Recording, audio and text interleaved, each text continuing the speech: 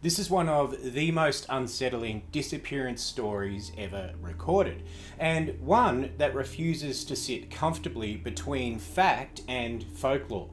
A man walks across an open field in broad daylight in front of multiple witnesses and is never ever seen again. It's midnight somewhere, and tonight I have a story for you.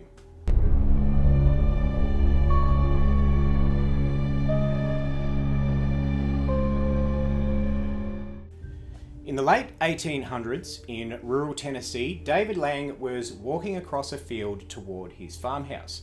It was a clear day, the land was flat and open, and he wasn't alone. Lang's wife was watching from the porch, his children were playing nearby, and two guests were standing with him talking as he crossed the grass. There were no trees to disappear behind, no hills, and no cover of any kind. And then, without any warning, David Lang simply vanished. Not wandered off, not collapsed behind something, vanished into thin air mid-stride. Now, according to the accounts of the people who were with him, Lang simply ceased to exist right in front of them.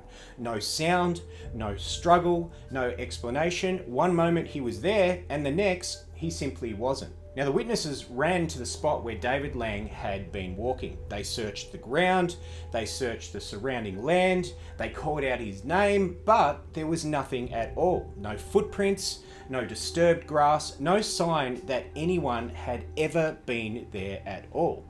Except for one strange thing. Over time, after David's disappearance, the grass in that exact area refused to grow. It formed a strange circular patch of bare earth as if the land itself had been damaged.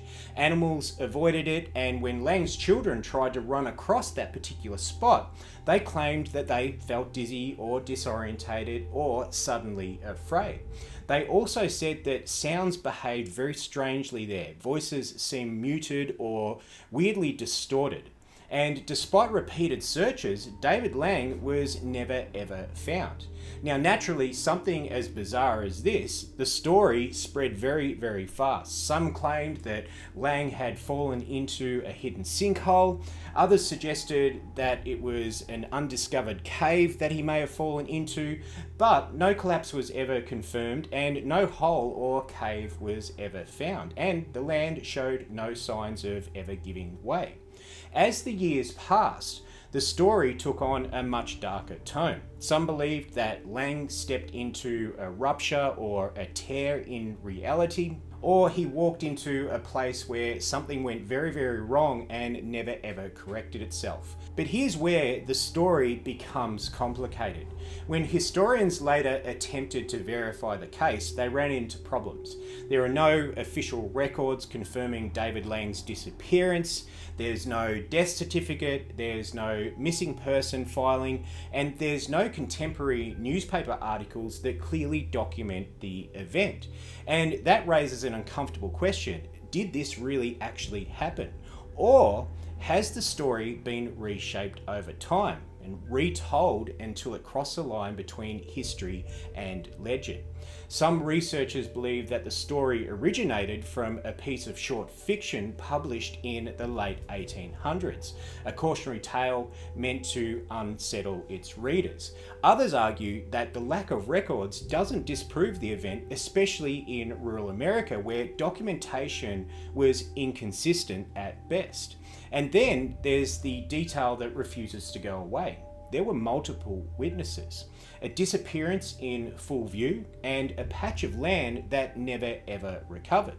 Now, whether the story is true or whether it's exaggerated or entirely fictional, it persists for a reason, because it plays on a fear deeper than violence, deeper than death, the idea that reality itself might fall quietly without any sort of warning. That somebody could be standing right in front of you and then simply not be there anymore.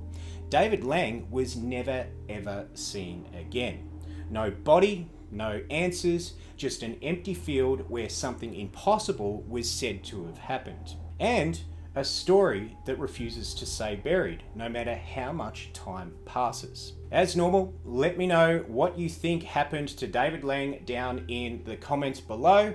And if you like dark stories told at midnight, make sure you subscribe. And until then, I'll see you at midnight.